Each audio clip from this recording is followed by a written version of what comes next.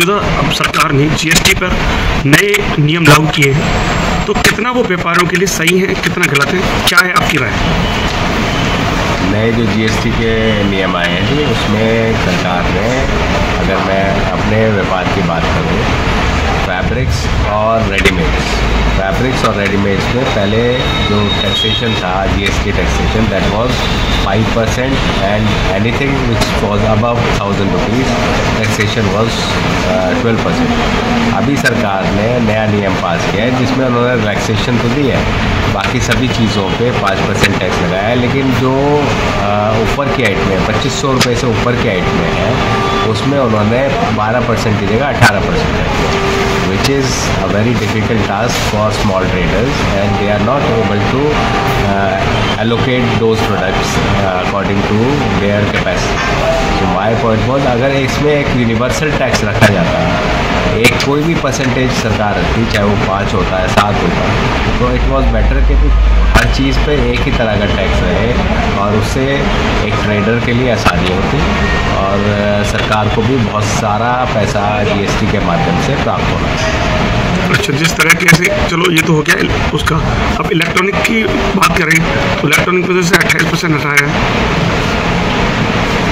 लेकिन उसमें यही है जी कि इलेक्ट्रॉनिक पे जैसे 28% से 18% किया है, डेफिनेटली एक फ़ायदा है ग्राहक को।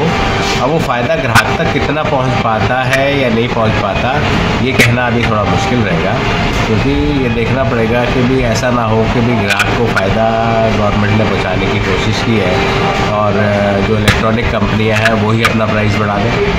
तो अगर उनकी प्राइसिंग बढ़ गई और सरकार का टैक्स 18% होने के बावजूद ग्राहक को उसी दर पे सामान मिला, तो शायद ये थोड़ा एक मुश्किल चीज़ होगी। ठीक है, फ़ायदा तो है ही है। इनकी उम्मीद है कि 22 तारीख को कुछ ना कुछ इम्पैक्ट रेटों पे आए तो बढ़िया है। हाँ, डेफिनेटली अगर रेट कम होते हैं तो ग्राहक को फ़ायदा होना चाहिए।